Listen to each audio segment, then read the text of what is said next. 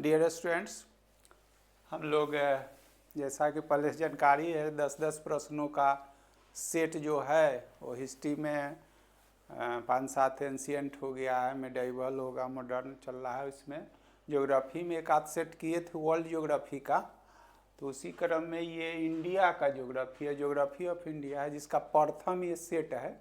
तो इसमें 10 प्रश्नों का संग्रह देखिए और उसको समझिए। तो जिसमें पहला क्वेश्चन आपका है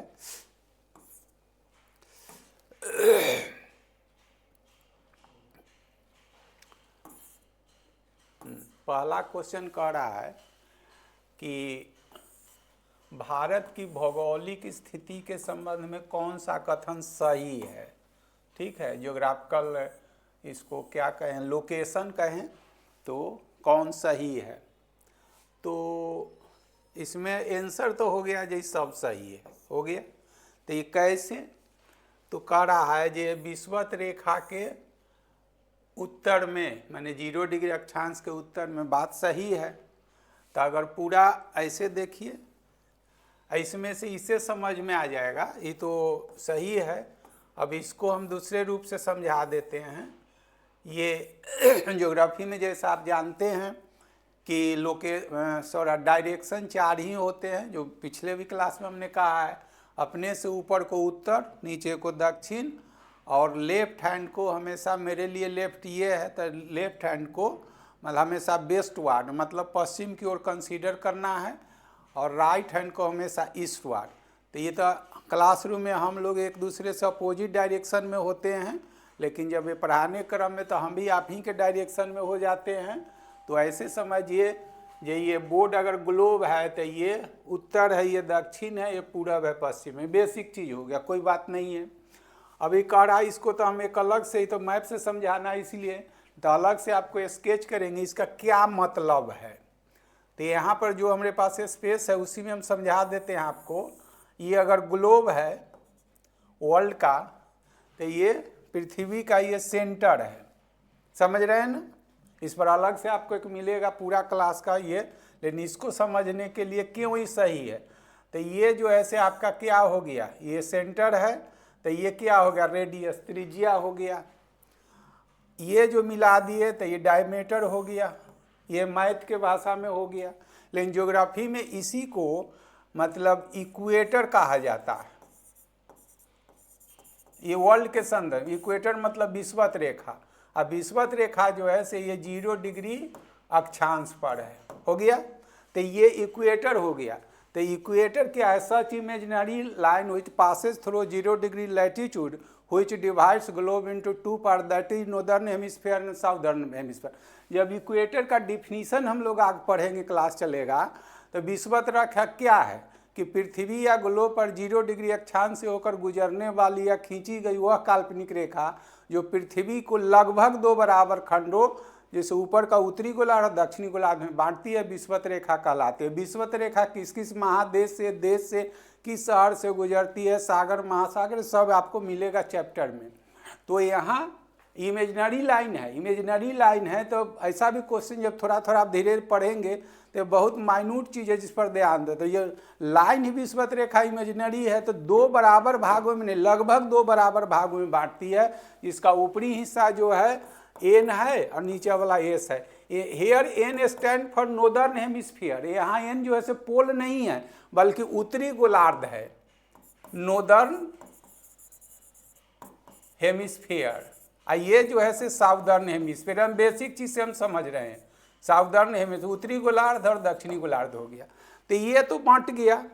अब कह रहा से एन, तो ये जब 0 है तो क्या होगा, 8 जो होगा से ऊपर ही होगा, एन लिखा हुआ है ना, 8 डिग्री एन से 37 डिग्री। तो इससे क्या हो गया, यह विषुवत रेखा के उत्तर में, मैंने 0 डिग्री से उत्तर में है, तो भारत इसमें है।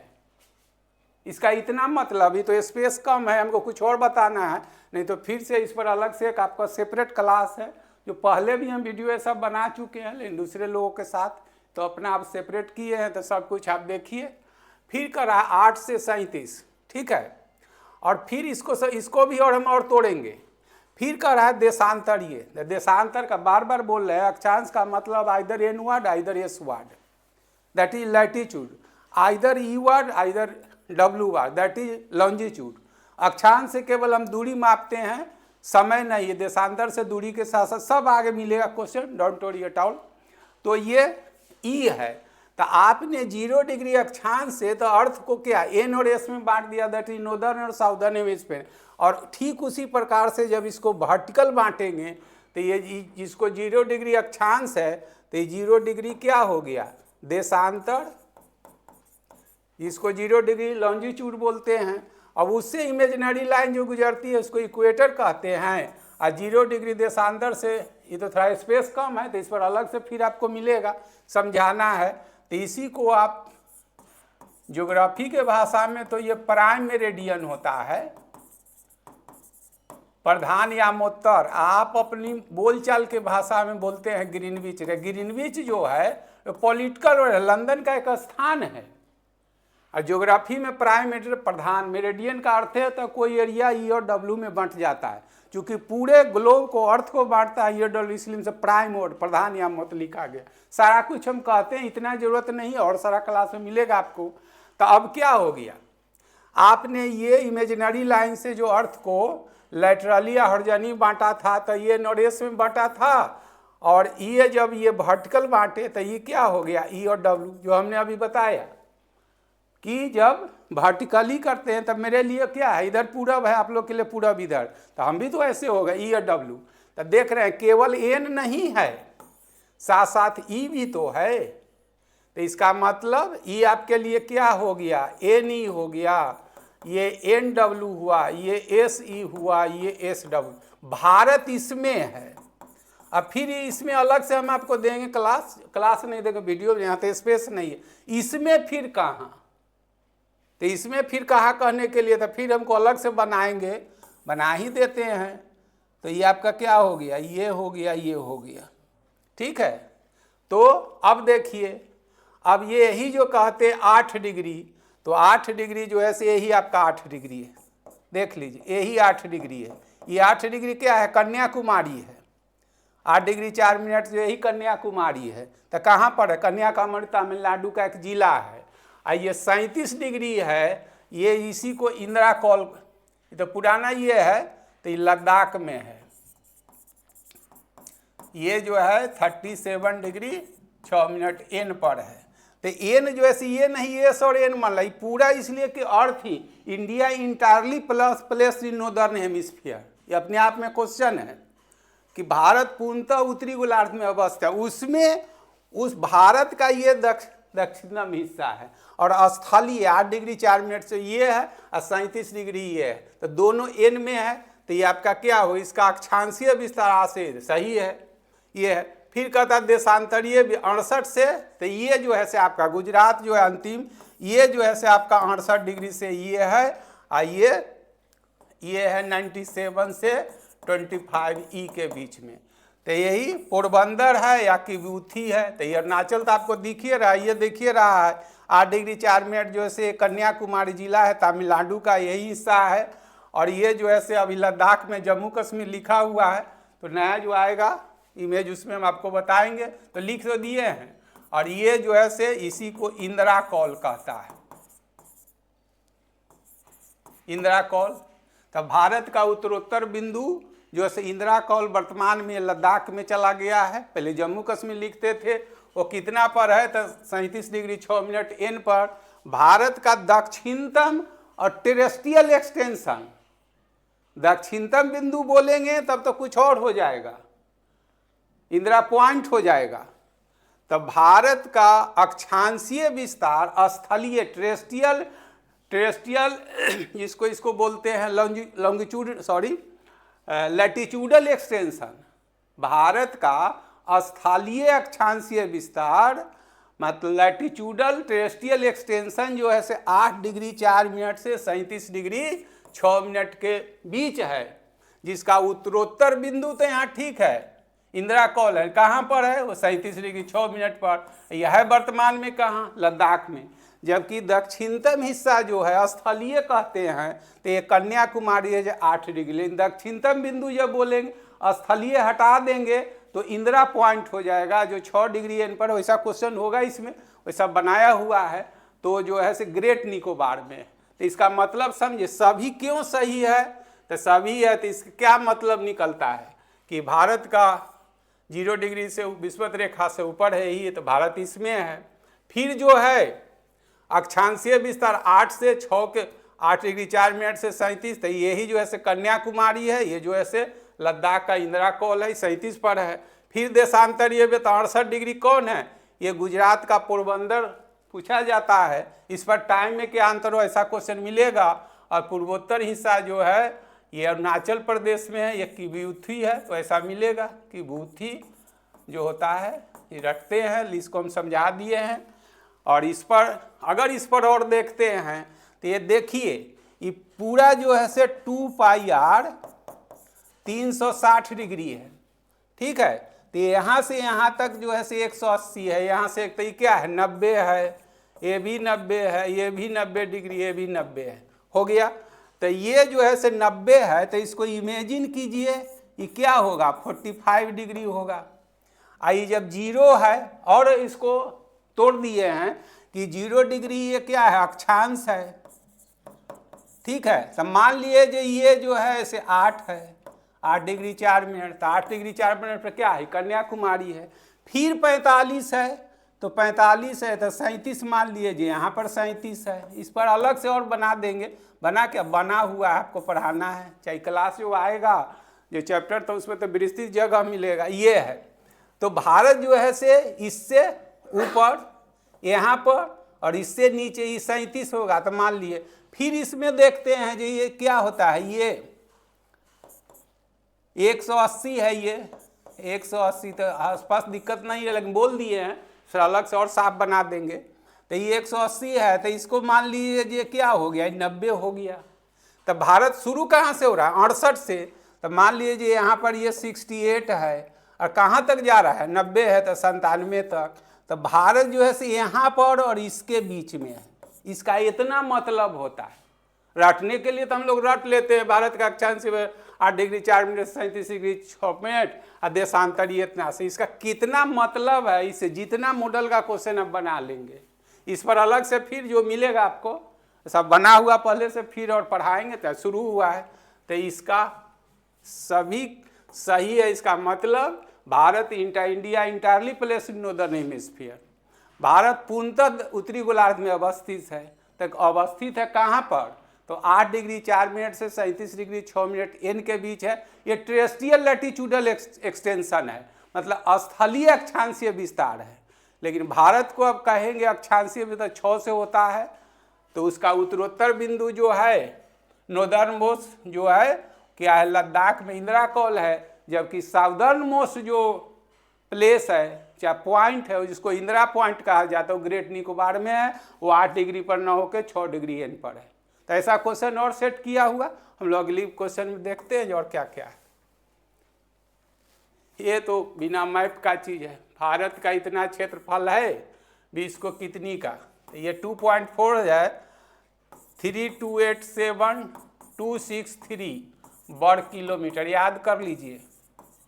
एक बार बीपीएससी में 263 तो 263 265 भी दिया हुआ था। इसी को 32 लाख जो आप देखते हैं तो लाख में नहीं, 3287263 एग्जैक्ट है ये भारत का। और जो 20 का है किसके बराबर है 2.4% का है, समझे। और भारत में क्षेत्रफल में 7वां स्थान रखता है, ये भी आप जानते हैं। वैसा क्वेश्चन आपको मिलेगा। पाकिस्तान से ये 4 गुना बड़ा है क्षेत्रफल में, फ्रांस से 6 गुना, जर्मनी से 9 गुना, बांग्लादेश जो 1971 में जो बना पाकिस्तान के टूट से ये 23 गुना बड़ा है। इससे बड़ा जो है रूस है, चाइना है, कनाडा तो दूसरा पार्ट है। लेकिन ये विश्व का क्षेत्रफल जो है उसके 2.4% है। भारत का क्षेत्रफल तो है कितना, तो 3287263 वर्ग किलोमीटर, समझ गए। और ये क्षेत्रफल में in terms of area 7th largest country in the world रखते हैं। कितना क्षेत्रफल ये कर दिए। अब कह रहा है जिसकी जनसंख्या जो है से भारत में कितना 17.5% एज पर 2011 सेंसस 2011 के जनगणना के अनुसार भारत की कुल जनसंख्या जो वास करती है वो 17.5%, समझे, निवास करती है। अभी के हिसाब से नया डाटा आएगा तो ये कर दिए हैं, इसमें दूसरा चीज उठ गया, इसमें मैप की जरूरत है नहीं। देखिए भारत के किस राज्य से कर्क रेखा नहीं गुजरती है, तो पहले तो समझिए जो कर्क रेखा होता क्या है, ये ग्लोब है, ये सेंटर है, ये रेडियस है, ये क्या हो गया, इक्वेटर हो गया।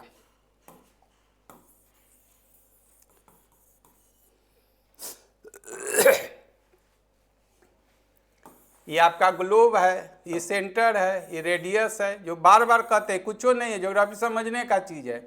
तो ये क्या हो गया, 0 डिग्री अक्षांश हो गया, जिसे विषुवत रेखा कहते हैं। ये हो गया एन, ये हो गया एस आपका। क्वेश्चन इससे समझने के लिए आपको ये चीज है, तो कर्क रेखा यही होती है 23.5 एन, तो ये जो होती है 23.5 एस जो होती है मकर रेखा होती है। इस दोनों के बीच के इसी को ट्रॉपिकल जोन कहते हैं, तो वो सब तो आगे आएगा। तो ये कर्क रेखा जो है, जब पढ़ाई वर्ल्ड के कंटेक्स्ट में, तो कर्क रेखा किस महादेश से गुजरती है, देश से गुजरती है, फिर मकर रेखा तो अलग पाठ है, तो अभी वर्ल्ड के कंटेक्स्ट में पढ़ा देंगे तब ये सब आसान। लेकिन भारत के संदर्भ में तो कर्क रेखा यही होता है, यही पूछ रहा है हमसे। तो भारत के जो है ये 8 राज्यों से होकर गुजरती है। ये सब घिसा पीटा क्वेश्चन है। उस 8 राज्य में देखिए यही है, जब और पढ़ लीजिएगा तो कर्क रेखा सबसे अधिक दूरी किस राज्य में करती है देखिएगा, तो सब हम आपको मिलेगा मटेरियल, चाहे और चर्चा करें। तो क्या है, गुजरात है, राजस्थान है, मध्य प्रदेश है, छत्तीसगढ़ है, झारखंड है, पश्चिम त्रिपुरा और देख रहे हैं मिजोरम है। तो इसके ऊपर है, तो यहाँ ऑप्शन में क्या देख रहे हैं, गुजरात तो है आपके पास, ये तो क्रम में लिखे, राजस्थान भी है, मिजोरम है, लेकिन ये नहीं है, देख रहे हैं। और एक भी और इसका तो और मॉडल हम देंगे कि ये 8 राज्य जो है तो क्रम में रहता है, सब में वही रहेगा। तो यहाँ से गुजरात से शुरू किया, गुजरात से किया, राजस्थान छोड़ दिया, मध्य प्रदेश दे दिया। तो ये भी नहीं लिखता है जो लेफ्ट टू राइट की राइट टू लेफ्ट, बाईं से दाएं या दाईं से बाईं या पश्चिम से पूरब या पूरब से, भी नहीं लिखता, सीधे कहता है कि भारतीय राज्यों में कर्क रेखा गुजरने वाला का सही क्रम क्या है, ऑर्डर। तो वहाँ एक तो माइन्यूट चीज पर ध्यान देता है। तो अगर हम लेफ्ट टू राइट यानी पश्चिम से पूरब बढ़ते हैं तो क्या है, गुजरात है, राजस्थान है, मध्य प्रदेश है, छत्तीसगढ़ है, झारखंड है, पश्चिम बंगाल है, त्रिपुरा है, मिजोरम है। आप गुजरात से रट गए हुए, यहाँ से शुरू किया, आप यहाँ से लिए, यहाँ से शुरू, सब देखने का चीज है, तो कुछ नहीं समझ रहे। तो मैप की इसीलिए जरूरत है, यहाँ तो हम कर देते हैं, ज्योग्राफी का क्लास जो है से मैप का अलग से चलेगा। जब ये तो आपको लोग एक परिचय करने के लिए है, ज्योग्राफी का जो है ऐप मेरा बन गया है, आज से क्या कल ही से एक्टिवेट है। उसमें आप लोग जो सिंपल सा उसमें देख लीजिएगा, प्ले स्टोर में ज्योग्राफी सेपरेट पढ़ना चाहते हैं तो बहुत कम फी रखे, उस पर लिखा हुआ मैप का अलग से क्लास चलेगा। मैप में वर्ल्ड, इंडिया और बिहार का भी मैप उसमें पढ़ा दिया जाएगा उसी फी में, लगभग 3 महीना लगेगा। और फिर 3 महीना कोर्स के लिए है, तो उस प्ले स्टोर पर सब चीज़ दे दिया गया, आपसे आप सब देख लीजिएगा। इसको पहले देखें हम लोग, तो क्वेश्चन समझ रहे हैं, आंसर मार देना तो कुछ नहीं, मणिपुर से गुजरता है, तो इसमें आपको क्या क्या देख कर रखना है, एटलस खरीदना पड़ेगा। तो गुजरात, राजस्थान, ये जब और कुछ पढ़ लेंगे तो इसमें सबसे अधिक कहाँ से गुजरता है देख रहे हैं, मध्य प्रदेश में सबसे ज़्यादा कर्क रेखा दूरी तय करती है। तो ये सब भी पढ़ना है, लेकिन धीरे धीरे, तो इंटरेस्टेड चीज़ है। तो किससे नहीं गुजरती है, तो गुजरती 8 से, गुजरात, राजस्थान, मध्य प्रदेश, छत्तीसगढ़, झारखंड, पश्चिम बंगाल, त्रिपुरा, मिजोरम। तो ये देख रहे हैं, दोनों इधरे से पूछता है, तो मणिपुर जो ठीक ऊपर है, तो इससे गुजरती नहीं है। आप समझ गए होंगे, ये तो टेलर है, जब जुड़ेंगे और सब पढ़ेंगे तो और भी बातें इससे होगी। काम तो आपका इससे भी जनरल एग्जाम में चल जाता है। भारत के पूर्वोत्तर राज्यों में किस राज्य की सीमा म्यांमार से नहीं लगती है? Myanmar that is Burma, Burma से नहीं लगती है। तो यहाँ देखिए यही है आपका म्यांमार, तो किससे किससे लगेगी? ये तो क्रम में भी पूछता है। तो ये अरुणाचल प्रदेश है, नागालैंड है, मणिपुर, मिजोरम है, ऐसे भी याद कर लीजिए। ये क्रम में पूछता है। जब इसका फिजियोग्राफी पढ़ाएंगे तो कौन कहाँ है, पुटकईबुम कहाँ है, खासी कहाँ है, गारो कहाँ है, तो सब आएगा। तभी तो शुरुआत है। तो ये क्या कर, अरुणाचल प्रदेश से लगती है, नागालैंड से लगती है, मणिपुर है, मिजोरम। इसमें देखिए अरुणाचल प्रदेश से तो लगती ही है। अरुणाचल प्रदेश के बाद क्या होता है, उसके नहीं तो क्रम रहता तो नागालैंड होता, तो मणिपुर है, मिजोरम है, असम देखिए यही असम है, इससे नहीं टच करती है। पूछ क्या रहा है, तो ऐसे आप रट लीजिएगा। म्यांमार से लगने वाला में क्या होगा, अरुणाचल प्रदेश, उसके नीचे नागालैंड, उसके नीचे मणिपुर, इसके नीचे मिजोरम। हो गया ना। तो फिर जब भारत का इंट्रोडक्शन में थे तो लिखाते हैं, मतलब क्रम में लिखाते हैं, लेकिन जो अभी क्वेश्चन है तो एक दूसरे से हम लोग जुड़ रहे हैं। पढ़ाने का मेरा तरीका देखिए, और तरीका क्या देखना है, जो सोच के चले उसे कई गुना तो जरूर पढ़ाएंगे। तो ये म्यांमार से नहीं लगती है, तो क्वेश्चन तो आप समझ गए। रटने का चीज़ नहीं, देखिएगा एटलस तक का है, एटलस तो रखना ही पड़ेगा। निम्नलिखित में से किस भारतीय राज्य की सीमा 3 देशों से लगते, निम्नलिखित में से पूछ रहा है। तो निम्नलिखित में से, तो ये देख लीजिए आंसर सिक्किम होगा। देखिए यही सिक्किम है, यही आपका सिक्किम है। तो किससे कहता है, तो इधर जो लगेगा क्या हो, भूटान, इधर जो होगा नेपाल, और इधर जो होगा तो यहाँ पर ऐसे लिख देते हैं सिक्किम है, यही आपका सिक्किम है। तो क्या हो गया, वेस्ट में मतलब पश्चिम में कौन है, नेपाल है। ईस्ट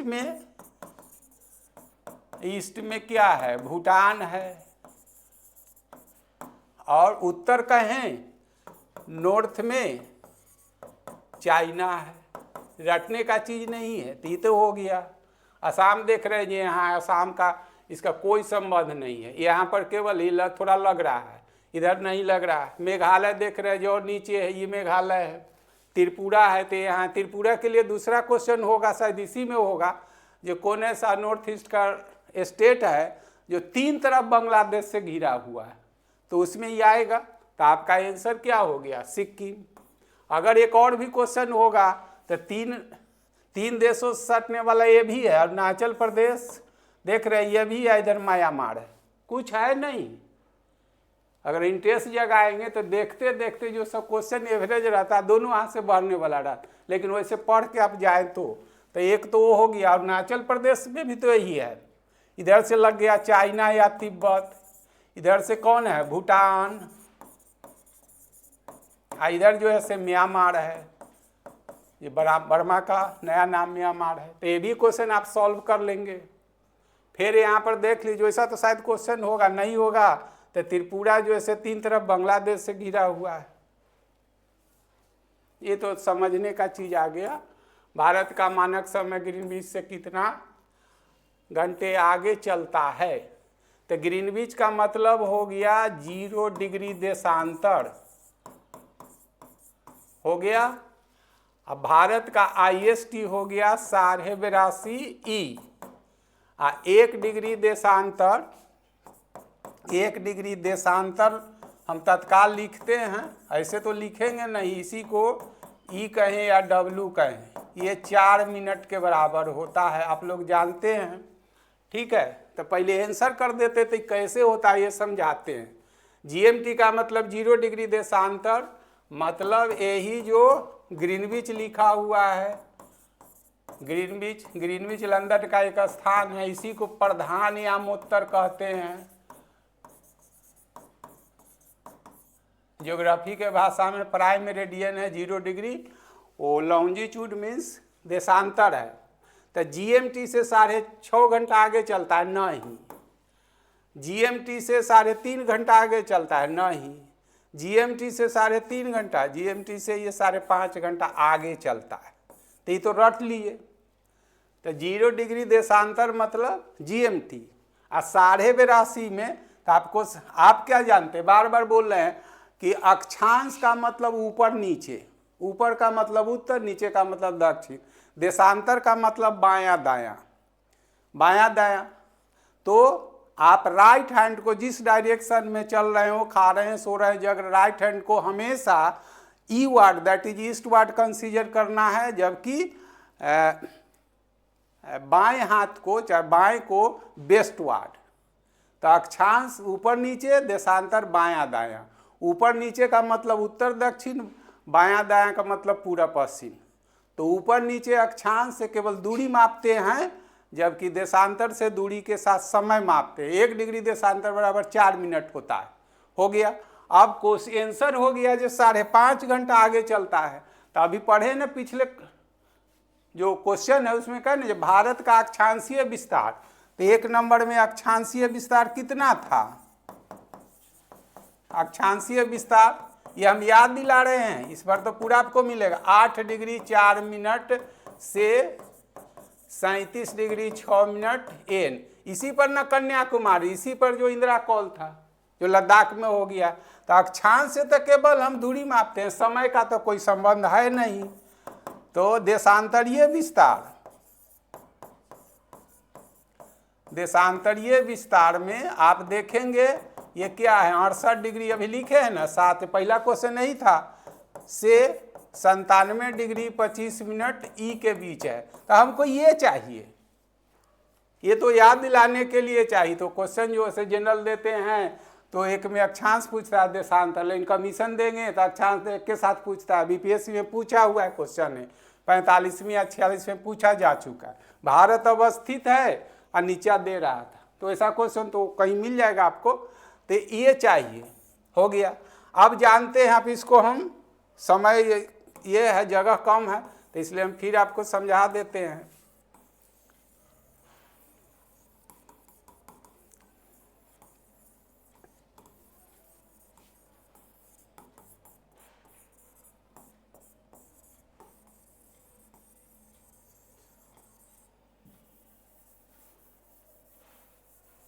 अब इसको समझिए कि ये कह रहा है कि हमको चाहिए, कितना चाहिए, 5 घंटा चाहिए, 5.5 घंटा चाहिए।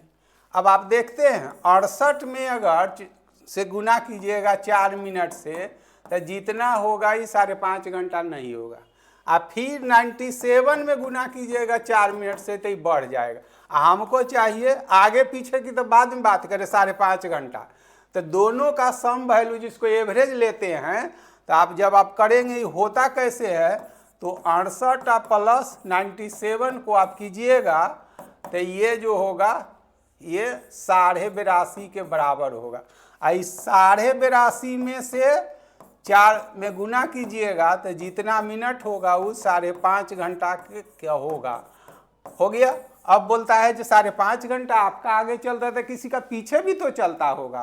तो इधर से अगर मेरा ये बोर्ड ग्लोब है, ये अगर ग्लोब है, तो ये 0 डिग्री क्या है, देशांतर है, 0 डिग्री देशांतर है। यही जो है से ग्रीनविच है, ग्रीनविच है। इसी को प्रधान या मोत्तर हम बोलते हैं ज्योग्राफी में, ठीक है। तो ऐसे समझिए, इधर का समय हमेशा पॉजिटिव मतलब आगे चलेगा, इधर का समय हमेशा पीछे चलेगा। अब कितना आगे चलेगा, कितना पीछे, डिफिनीशन लिखाएंगे, समय का निर्धारण में लिखाते हैं, जो रेगुलर क्लास में आप जुड़िएगा। तो कितना आगे चलेगा या फिर किसी स्थान का समय कितना पीछे चलेगा, या इस पर निर्भर करेगा जो एक्स वाई जेड कोई खास स्थान जो है, Greenwich Rekha that is 0 degree देशांतर, दैट इज प्रधान या मोत्तर से कितना पूरब अवस्थित है या पश्चिम अवस्थित है, समझे। तो इधर से पूरब है तो 5.5 घंटा तो आगे चलेगा ना, आगे चलेगा। अब देखते हैं जैसे भारत ऑस्ट्रेलिया का मैच होता है, न्यूजीलैंड में होता है, तो ये तो सब लोग देखते हैं। मैच तो ऐसा हो गया क्रिकेट में धर्म जैसा, सब वर्ग के लोग, सब एज के लोग देखते हैं। तो इसमें दिखाता है कि भारत के साथ किसी दूसरे का मैच होता तो कहता है कि IST के अनुसार इतना बड़े, और जीएमटी के अनुसार इतना बजे, तो आप समझ लीजिए इसको। तो अगर भारत से इधर ऑस्ट्रेलिया पूरब है, न्यूजीलैंड पूरब है, तो जितना भारत में बज रहा होगा उससे आ ही रहा है, अभी आ ही रहा है 31 जो दिसंबर आ रहा है, तो उसमें देखिएगा सबसे पूरब जो है न्यूजीलैंड है, वो मतलब 9:37 IST के अनुसार, इंडियन स्टैंडर्ड 9:37 ही होते रहेगा, और थाली उली पीट के पटाखा उटाखा छोड़ के फिनिश हो जाता है। तो इस क्या दर्शाता है कि भारत से जो भी देश होगा पूरब, उसका समय हमेशा आगे चलेगा। तो आपको परीक्षा में याद नहीं करना है जो कौन देश होगा, वो देखेगा जो XY को Z जो है से देश है जो इतना डिग्री E पर है, चाहे इतना डिग्री W पर है, तो हमसे जो पश्चिम होगा उसका समय तो आगे चलेगा ही, और हमसे जो पूरब होगा उसका समय आगे चलेगा ही। तो क्वेश्चन इसका पूछता है दो तरह से, GMT के अनुसार इतना पड़ रहा है तो भारत में कितना हो रहा होगा, या GMT से इतना, तो X कोई स्थान है, जैसे पूछा था BPSC में पूछा था जो GMT से दोपहर के 12 बज रहे हैं तो काहिरा में 2 PM हो रहा है, तो बहुत सिंपल था नहीं कुछ हो। एक बार BPSC में आया है, सिंपल क्वेश्चन है, GMT में दोपहर के 12 बज रहे हैं तो काहिरा जो पर 2 PM हो रहा है, तो काहिरा कितना डिग्री देशांतर पर होगा, तो 1 डिग्री देशांतर पर 4 मिनट, 2 घंटा के लिए 30 डिग्री, तो 30 डिग्री E भी था, W भी था। तो काहिरा कोई जैसे देश नहीं है, मिस्र की राजधानी है, तो राजधानी भी आपसे रटवा लिया। काहिरा जो मिस्र जो है से अफ्रीकी कंटिनेंट का, अफ्रीकी महादेश का देश है, तो ये आप जानते हैं कि नहीं कि अफ्रीका महादेश में ये है, और लंदन जो है यूरोपीय कंटिनेंट का एक देश है। तो था तो क्वेश्चन सिंपल, लेकिन उसके साथ कई चीज़ पूछ लिया। देख लीजिएगा BPSC क्वेश्चन या हर परीक्षा में आता है, कोई टफ क्वेश्चन नहीं है।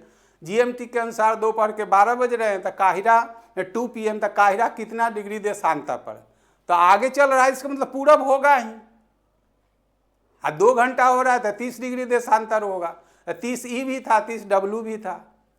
तो ऐसे समझ लीजिए, अगर क्लासरूम में हम खड़े हैं तो क्या है, क्लासरूम का ऐसे बांट दीजिए लैटरल वर्चुअल, तो आप जो पीछे स्टूडेंट हैं उनके लिए हम उत्तरी गोलार्ध में, मेरे लिए उत्तर वो है। अब बात गई वर्टिकल, तो ये तो अक्षांश है, इक्वेटर से ऊपर जो होगा वो क्या होगा, उत्तरी होगा, नीचे जो होगा दक्षिणी होगा।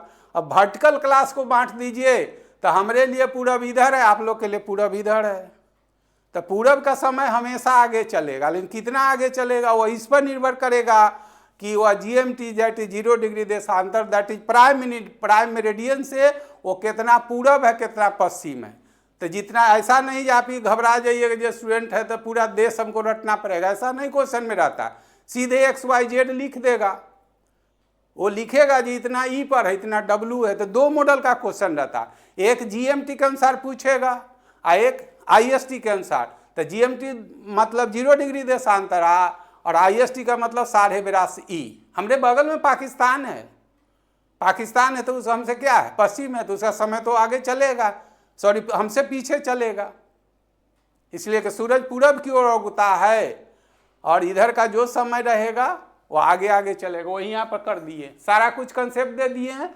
और जो क्लास जो रेगुलर में जुड़िएगा तो इसको तो पूरा विस्तृत आपको जो बोल रहे हैं से लिखा हुआ मिलेगा, तब फिर से समझाएंगे। देखिए पश्चिमी घाट महाराष्ट्र तथा कर्नाटक में क्या कहलाता है, तो सह्याद्री कहलाता है। ठीक है, तो यही आपका पश्चिम है, गुजरात से लेके यहाँ तक का जो यही वेस्टर्न घाट है, लिखा हुआ है, वेस्टर्न घाट लिखा हुआ है। तो ये 1600 किलोमीटर में है।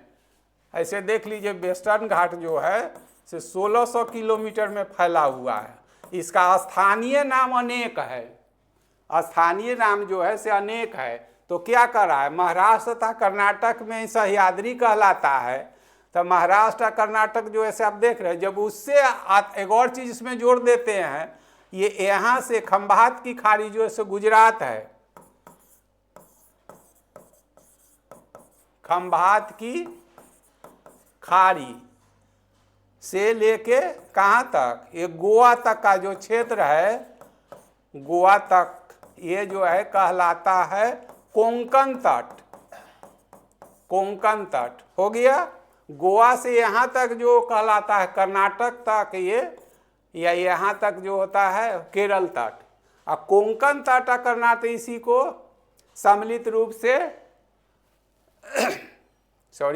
मलाबार तट कहा जाता है। अब मलाबार तथा कोंकण तट को तो इतना तो विस्तृत नहीं, मलाबार तथा कोंकण तट को सम्मिलित रूप से वेस्टर्न घाट कहा जाता है।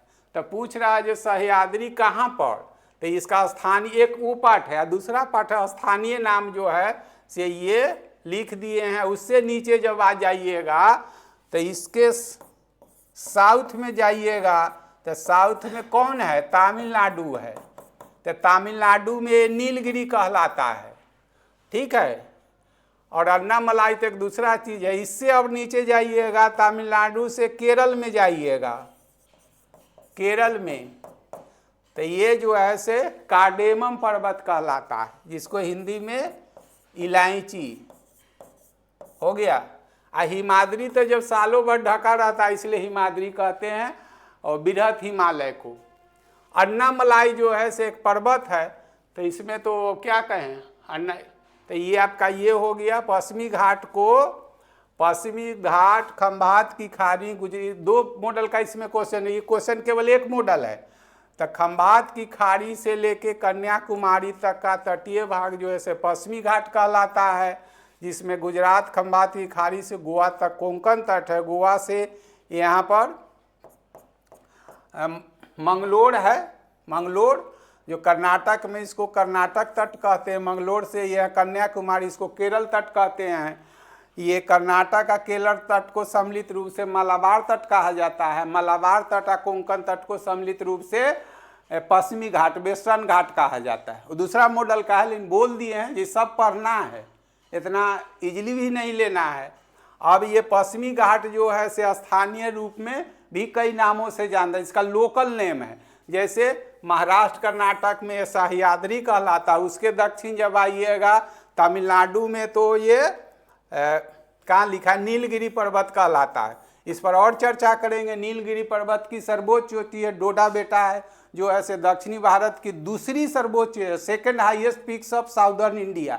जबकि highest peak of southern India अनाईमुड्डी, तो उसमें अन्नामलाई आएगा। क्या क्या बोले, एक क्वेश्चन बहुत कुछ हो गया।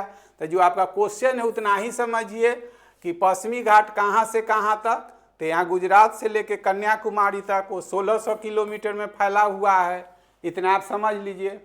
एक क्वेश्चन है, यह कई उपखंडों में बांटा हुआ है। जैसे खंभात की खाड़ी देख रहे हैं, ये बे ऑफ खंभात है, बे है, गल्फ और बे में अंतर बताएंगे। मतलब दोनों का हिंदी होता है खाड़ी ही, लेकिन BAY या GUL में अंतर है। देख अभी क्या तो शुरू हुआ है, बहुत चीज़ बातें हम लोग करना है। ज्योग्राफी तो जनरल क्लास 3 महीने से ज़्यादा चलता है, मैप का भी 3 महीने चलता है, तो इस तक शुरुआत है।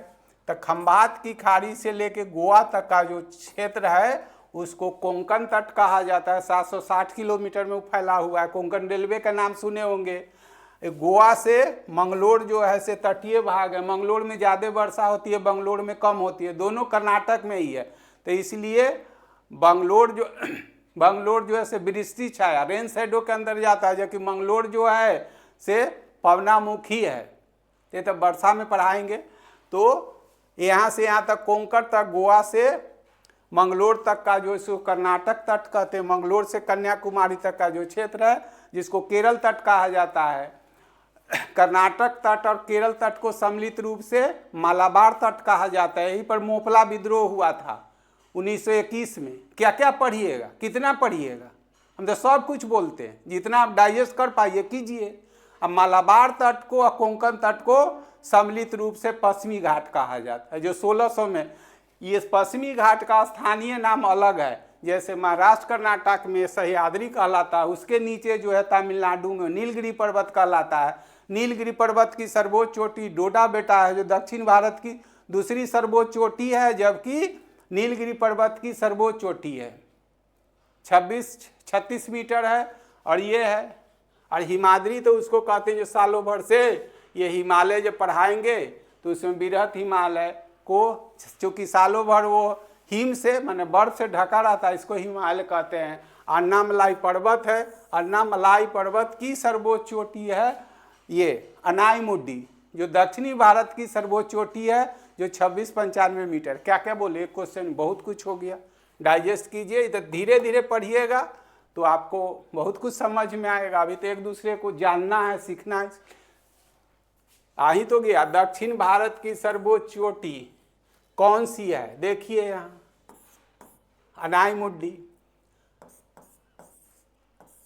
2695 मीटर है, कहीं 96 मिला। डोडा बेटा जो है दक्षिण भारत के लिखा हुआ है ना, तो यही जो पढ़े हैं अन्नामलाई, अन्नामलाई यूनिवर्सिटी है, इसकी सर्वोच्च चोटी है, दक्षिण भारत की है। और डोडा बेटा जो है वो second highest peaks of southern India, दक्षिण भारत की दूसरी सर्वोच्च चोटी है। एक साथ कई बता रहे हैं, स्पेस कम होता है ये, लेकिन ये डोडा बेटा जो है ये नीलगिरी पर्वत की, नीलगिरी पर्वत की सर्वोच्च चोटी है। इसमें कंफ्यूजन होता है आप लोग को, तो ये 36 मीटर है। तो क्या सीखे? दक्षिण भारत की सर्वोच्च चोटी अनाईमुड्डी जो 2695 मीटर है समुद्र तल से ये है। और डोडा बेटा जो है से दूसरी सर्वोच्च चोटी है, लेकिन डोडा बेटा है किसका? तो नीलगिरी पर्वत। नीलगिरी पर्वत क्या है? पूर्वी घाट और पश्चिमी घाट का मिलन स्थल है, ये ख्याल रखिए।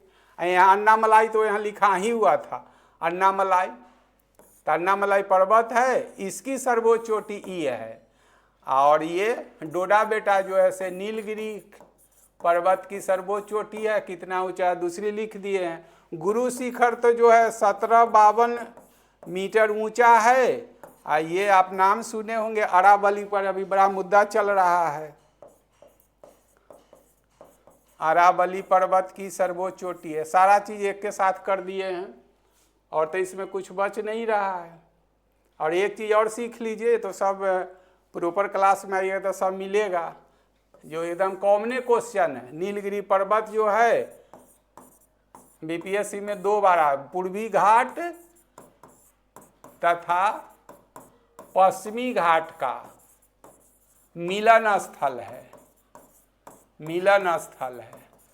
समझ गए होंगे, इससे सारा क्वेश्चन कर दिए, कुछ बचता नहीं है। फिर भी और कुछ रहेगा, चर्चा हम लोग करेंगे। भारत का दक्षिणतम बिंदु इंदिरा पॉइंट कहाँ है? तो देखिए अभी क्या पढ़े हैं, भारत का अक्षांशीय विस्तार जो पर, ये सब समझने का चीज़ है, रटने का चीज़ नहीं है। तो आपने क्या पढ़ा है कि भारत का अक्षांशीय विस्तार क्वेश्चन में आपसे पूछा है, तो क्या लिखे हैं? 8 डिग्री 4 मिनट से 37 डिग्री 6 मिनट एन, यही ना पढ़े हैं। तो ये 8 डिग्री यही है आपका, 8 डिग्री चेती कहाँ है? तमिलनाडु, कन्याकुमारी जिला है। और 37 डिग्री वाला देखिए इसी में लद्दाख दिख रहा है। तो ये जो है से इंदिरा कौल है। इंदिरा कौल कहाँ है? लद्दाख में है। कितना पर है? 37 डिग्री 6 मिनट एन पर है।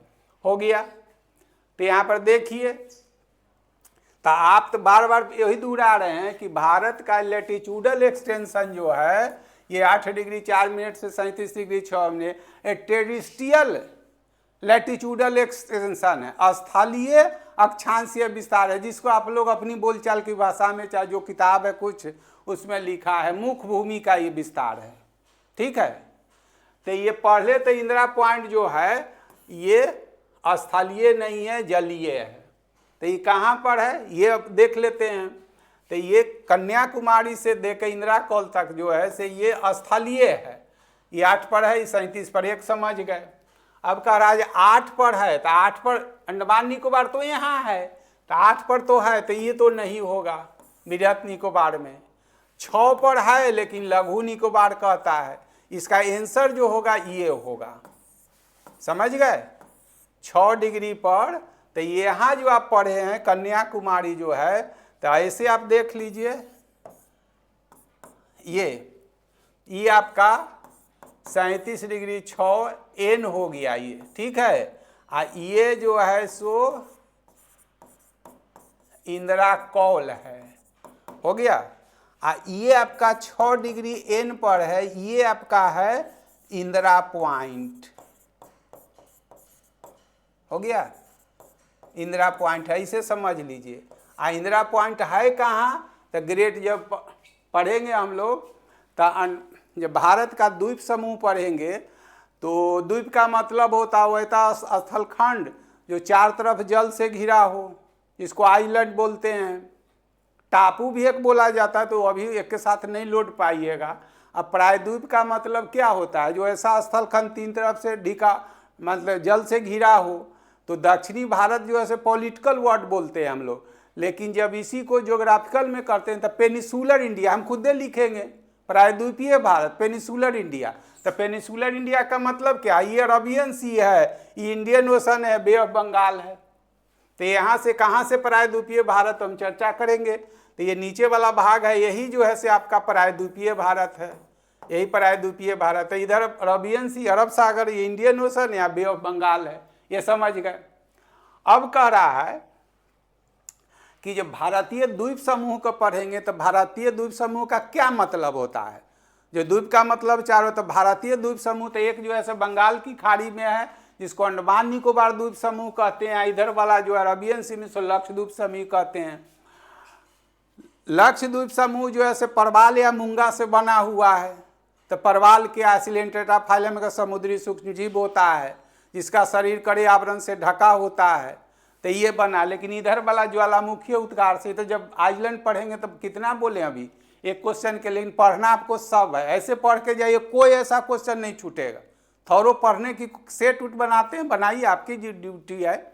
तो भारतीय द्वीप समूह का मतलब है एक ऐसा द्वीप समूह जो बंगाल की खाड़ी में ज्वालामुखी उद्गार से बना हुआ है, जबकि दूसरा द्वीप समूह जो है वो अरबियन सी में परवाल या मूंगा से बना हो, जिसको इंग्लिश में कोरल कहते हैं। यहाँ तक है 247 द्वीपों में से भारतीय द्वीप समूह के अंदर 247 आते हैं, जिसमें 204 जो आते हैं ये अंडमान निकोबार द्वीप समूह में है, जबकि शेष 43 इधर है। ये बेसिक दे रहे हैं, सब पढ़ेंगे हम लोग, इतना से काम तो चलेगा नहीं, तो जहीं तहीं से ले लिया गया है। तो इस 204 द्वीप समूह जिसमें अंडमान द्वीप समूह अलग है और निकोबार द्वीप समूह जिसको 10 डिग्री चैनल, यही है 10 डिग्री चैनल, यही 10 डिग्री चैनल है। अंडमान द्वीप समूह को निकोबार द्वीप से अलग करता है। तो अंडमान द्वीप समूह में 204 में से 185 द्वीप हैं, जबकि शेष 19 जो है निकोबार में है। तो अंडमान द्वीप भी 3 उपखंडों में बटा है, समझे। उत्तरी पहले तो बटा हुआ है बृहत अंडमान और लघु अंडमान। बृहत अंडमान भी उत्तरी, मध्य और दक्षिणी में बटा हुआ है। दक्षिणी हिस्सा में ही है अंडमान निकोबार की राजधानी पोर्ट ब्लेयर, जो 23 सितंबर 2024 को गृह मंत्री जाके, हमारे गृह मंत्री, आपके गृह मंत्री जो हैं से जाके इसका नाम श्री विजयपुरम कर दिए हैं, समझ गए। तो वह दक्षिणी, तो भारतीय द्वीप समूह को 2 उपखंडों में बांटा गया है। एक जो है बंगाल की खाड़ी वाला, जिसको क्या कहा जाता है, अंडमान निकोबार द्वीप समूह, जबकि अरब सागर वाला को लक्षद्वीप समूह कहा जाता है। लक्षद्वीप समूह परवाल या मूंगा से बना हुआ है, जबकि बंगाल की खाड़ी वाला क्या है, ज्वालामुखी उद्गार से बना हुआ है। भारत में भूकंप सब जगह आते हैं, ज्वालामुखी उद्गार केवल अंडमान निकोबार द्वीप समूह में। ज्वालामुखी 3 तरह का होता है, सक्रिय, सुषुप्त और मृत। तो ये दोनों होता है, सक्रिय और सुषुप्त दोनों है। तो इसमें जब यहाँ नहीं, जब वो आएगा इसका अलग से मैप, तो इसमें देखेंगे बैरन द्वीप जो है से एक एक्टिव है, नारकोर्डम जो है से सुषुप्त है। क्या क्या बोले, तो यहाँ जो क्वेश्चन कह रहा है कि बंगाल की खाड़ी में अवस्थित अंडमान निकोबार द्वीप समूह वह बना हुआ ज्वालामुखी उद्गार से, जिसमें 204 द्वीप हैं। ये अंडमान द्वीप समूह को निकोबार द्वीप समूह से 10 डिग्री चैनल अलग करता है। तो अंडमान कहीं और है, निकोबार कहीं और है। तो अंडमान द्वीप समूह भी 2 उपखंडों में बटा, बृहत और लघु अंडमान। तो बृहत भी 3 उपखंडों में न, उत्तरी अंडमान, मध्य और लघु अंडमान, समझ गए। उत्तरी, मध्य और दक्षिणी, और दक्षिणी और लघु अंडमान के बीच में जो है डंकन नामक दर्रा, यूपीएससी में एक बार पूछ चुका है 98 के परीक्षा में, और 2013 में ही जो पूछा था, जो 10th लेवल का एक परीक्षा होता है, कुछ होता है, उसमें बुकलेट दिया था। तो यहाँ पर कह रहा है कि जिस प्रकार से अंडमान द्वीप समूह जिसमें 185 द्वीप शामिल है वह बृहत और लघु में बांटा हुआ, शेष 19 है वह भी बांटा हुआ है लघु और बृहत निकोबार में। समझ गए। अब भारत का दक्षिणतम बिंदु जो इंदिरा पॉइंट है वो 8 डिग्री N पर 9 वो बृहत में है और लघु बृहत नीचे है और लघु ऊपर है। बहुत कुछ है, तो जब इस चैप्टर आएगा तो फिर अलग से मैप दिया जाएगा और ये प्रॉपर ही सब लिखा हुआ मिलेगा। एक साथ आप कितना पढ़िएगा, शायद एक क्वेश्चन और भी है, देख लेते हैं हम लोग। है तो लिखिए तो दिए हैं। भारत तथा एशिया का ही भारत के एकमात्र सक्रिय ज्वालामुखी है बैरन। ठीक है, ये जो है से बैरन, ये जो है सुषुप्त है, सुषुप्त जिसको इंग्लिश में डॉर्मेंट बोलते हैं। समझ गए। डॉर्मेंट, डॉर्मेंट मतलब सक्रिय का मतलब जिसका उद्गार लगातार हो। तो लगातार का मतलब कंटिन्यूअली होती है, 15 मिनट के ये अंतराल पर निकलता है तो भी इसको लगातार कहते हैं। सुषुप्त आप पूछे ज्वालामुखी, ज्वालामुखी जो है हमेशा हानिकारक नहीं होता, लाभदायक भी होता है। तो अभी क्या जब पढ़ेंगे तो बहुत बात करेंगे। तो अगर इसके सकारात्मक पे इसको लाभ को हटा दिया जाए, अगर नकारात्मक हानि की बात करें तो सुषुप्त dormant more dangerous with respect to active volcano, मतलब सुषुप्त ज्वालामुखी जो होता है सक्रिय ज्वालामुखी से ज़्यादा खतरनाक होता है, इसलिए कि सारी एनर्जी जमा रहता है। ऐसे आप समझिए ना व्यवहारिक जिंदगी में कि आप ही को किसी के प्रति नाराजगी गुस्सा है, लड़ लेते हैं, झगड़ लेते हैं, गाली दे देते हैं, कुछ कर लेते हैं, कैसे मन शांत हो जाता है। कुकर भी तो वही है, उसमें सेफ्टी बल्ब लगा हुआ है, जैसे प्रेशर बढ़ेगा खुल के निकल जाएगा। और उसको वेल्डिंग करा दीजिएगा तो वो निकलेगा तो जल्दी नहीं निकलेगा, तो सब फाइनल करके निकलेगा। तो ज्वालामुखीय उद्गार का वोल्केनिक इरप्शन का केवल नकारात्मक पक्ष ही नहीं सकारात्मक है। जैसे अंदर के चीज को ले आके दे दिया, आपका इनफर्टाइल लैंड है, नीचे से फर्टाइल चिल्ला के कर दिया, आपका एरिया फर्टाइल हो गया। ठीक उसी प्रकार से बाढ़ से केवल हानि नहीं होती है, लाभ भी होती है। जब भारत का मिट्टी पढ़ाएंगे तो उसमें पढ़िएगा, सामने दियरा क्षेत्र है पटना में, देखिएगा वो बाढ़ का इंतजार करते हैं। समझ गए। तो ज्वालामुखी हमेशा खतरनाक नहीं होता है, माने हानिकारक लाभदायक भी होता है। लेकिन लाभ के बात को अगर कांस्टेंट करके रख दिया जाए, लाभ है, हानि की बात आपसे पूछा, ये सब क्वेश्चन बोल रहे हैं। जब चैप्टर पढ़ेंगे तो हानि में तो दोनों जो है से दोनों हानिकारक है, लेकिन ज़्यादा हानिकारक है सुषुप्त ज्वालामुखी सक्रिय से जो कई वर्षों पर निकलता है, सारा एनर्जी जमा रहता है, एक बार निकल जाएगा। तो जैसे वही बोले जो कम जो बोलता है आदमी ज़्यादा खतरनाक होता है, ऐसे समझ लीजिए। इतिहास में पढ़िएगा तो कांग्रेस की स्थापना 1885 में एक सेफ्टी बल्ब के रूप में किया गया था, सुरक्षा बल्ब के रूप में। यूपीएससी में जीएस का ही क्वेश्चन है, तो अभी तो शुरू हुआ है, कितना एक साथ बात करें धीरे धीरे। तो यहाँ पर जो क्वेश्चन पूछा जाता बैरन, तो बैरन ये कहाँ पर है, तो लिखा हुआ है अंडमान निकोबार। आपसे पूछेगा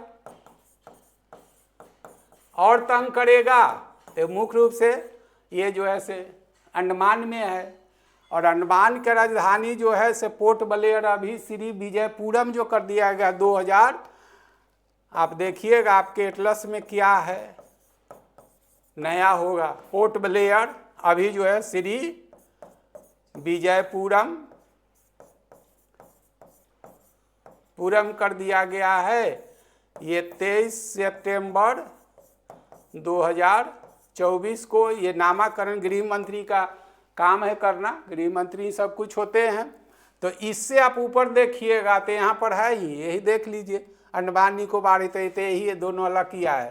तो यहाँ पर जो है तो इसके ऊपर देखिएगा तो यही है बैरन है, और इसके ऊपर थोड़ा ही देखिएगा तो नारकोडम है। तो यहाँ लिख दिए हैं नारकोडम जो है से सुषुप्त है, बैरन जो है से एक्टिव है, केवल भारत का नहीं एशिया में है। एटना तो जो है से इटली का है, ये सक्रिय है। मिनिकाय जो है से द्वीप इसमें है,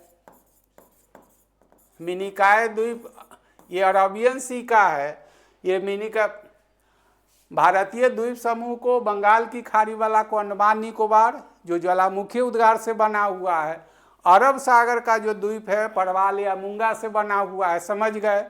इसमें जो द्वीप है इसमें मिनिकॉय जो है इसे सबसे बड़ा द्वीप है।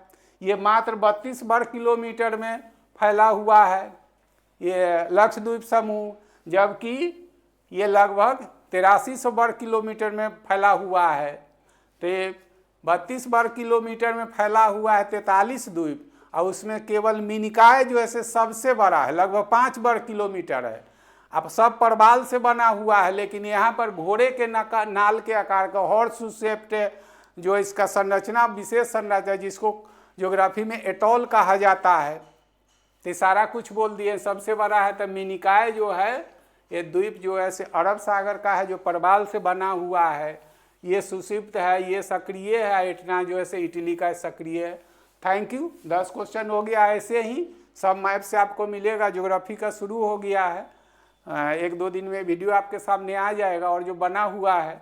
और कल से, आज से मेरा जो है ये तो नया सबका आप लोगों से कई बार बता चुके हैं, मेरा एक्टिव हो गया है ऐप जो है टोटल जीएस करके। आप ये कीजिएगा प्ले स्टोर में, देखिएगा सब कुछ मिल जाएगा। बुधवार से 31 से क्लास जो है सब जो लोग ऐप से परचेज करते हैं उनके लिए क्लास चलेगा। ये चलते रहेगा, इसमें कोई कोताही नहीं होगा, ये आपको चलते रहेगा फ्री ऑफ कॉस्ट। उसमें आपको PDF मिलेगा, जो चीज़ होगा। हिस्ट्री ज्योग्राफी तो चलेगा ही, 3 घंटा लगभग क्लास चलेगा। जो पूरा फाउंडेशन कोर्स है वो मतलब 6 से 7 महीना चलेगा। और वो अब फी बहुत नमिकल 2200 रखा गया है तत्काल। और मैप का अलग से क्लास है, वो 3 महीनों का है। ज्योग्राफी का अलग, कोई केवल ज्योग्राफी पढ़ना चाहते हैं, केवल मैप पढ़ना चाहते हैं, या कोई केवल हिस्ट्री पढ़ना चाहते हैं, कोई पॉलिटी पढ़ना, कोई बायो, तो वो भी सब सुविधा है। मेरे प्ले स्टोर पर आज से सब एक्टिव हो गया, आप देख लीजिएगा। और जिसमें आपको एक टेस्ट भी हम चला रहे हैं आप लोग के बीच परिचित होने के लिए। 50 प्रश्नों का एक संग्रह है, ठीक है। वो डेली चलेगा, टाइम उस पर बता दिया जाए कौन टाइम में चलेगा। वो लाइव क्लास भी रहेगा या रिकॉर्डेड वीडियो लीजिएगा। तो 50 प्रश्नों का संग्रह है, वो कॉमन है। जो लोग प्योर BPSC देना चाहते हैं थोड़ा और ढंग का, तो उसका आप फाउंडेशन में पढ़िए, विस्तृत मिलेगा। और जो आम लोग देते हैं जनरल परीक्षा, उनके लिए भी एक हमने एक स्कोप दिया है 50 प्रश्नों का। और हमको जानने के लिए, जो लोग जान रहे हैं, लेकिन जो न जानते हैं बहुत 10, 20, 50 दे के आप हमसे जुड़िए। वो एक टेस्ट का मात्र 5 रुपया है, 20 टेस्ट का है, उसका मात्र 99 रखा गया है। 1 महीना का कोर्स है और प्रत्येक प्रश्न सेट में 50 क्वेश्चन का रहेगा। जैसे history, geography, economy, polity, science जो है किसी टेस्ट में ज़्यादा डाल देंगे, कम, लेकिन सब चीज़ आपको पढ़ाया फुल डिस्कशन के साथ। 1 घंटा से ऊपर समय देंगे आपको, उसमें और कुछ नहीं तो उसमें जुड़ जाइए। 99 1 महीना में का 4 रुपया 5 रुपया का रोज है। 50 प्रश्न डेली होगा, उसमें सारा बैलेंस रहेगा, हिस्ट्री, ज्योग्राफी, इकोनॉमी, और कभी कभी करंट का भी उसमें डाल देंगे। उसमें आप जुड़िए। आज से एक्टिव हो गया है मेरा जो है ऐप है, टोटल जीएस करके है। ज़्यादा दिक्कत होगा तो मेरा चेहरा देख लीजिएगा, वो भी होगा, नहीं तो नाम विश्वास रंजन है, लिखा ही हुआ है। टोटल जीएस इसी नाम से बना हुआ है। आप लोग ज़्यादा एक्टिव है, हम तो पढ़ाना जानते हैं, मोबाइल का उतना आप लोग ज़्यादा इसमें जल्दी से जल्दी जुड़ जाइए। और लगेगा जो क्या है, सर को 100 रुपया, 5 रुपया का रोज़ देना है, हमको और देखिए और परखिए जो हम कैसे पढ़ाते हैं, और तब जुट जाइएगा। अपना जो सब कोर्स है, जो आपके लिए केवल ज्योग्राफी पढ़ना, ज्योग्राफी पढ़िए, केवल मैप पढ़ना चाहते हैं मैप पढ़िए, बायोलॉजी पढ़ना चाहते हैं बायोलॉजी पढ़िए, केमिस्ट्री पढ़ना भी पढ़िए, हिस्ट्री पढ़ना चाहते हैं हिस्ट्री पढ़िए, पॉलिटी, वो सब स्कोप है। अब पूरा फाउंडेशन कोर्स का 6 से 7 महीना वो 2200 है, और उसमें मैप पढ़िएगा तो 2500 रुपया लगेगा। वो कहने के लिए 6 महीने हम अधिक ही पढ़ाएंगे, और कितना इसमें दम है, कैसा पढ़ाते हैं, क्या है, सो तो आप लोग को एक तौलना है, मेजर करना है। Thank you. ऐसे मिलते रहेगा आपको, क्लास मिलते रहे।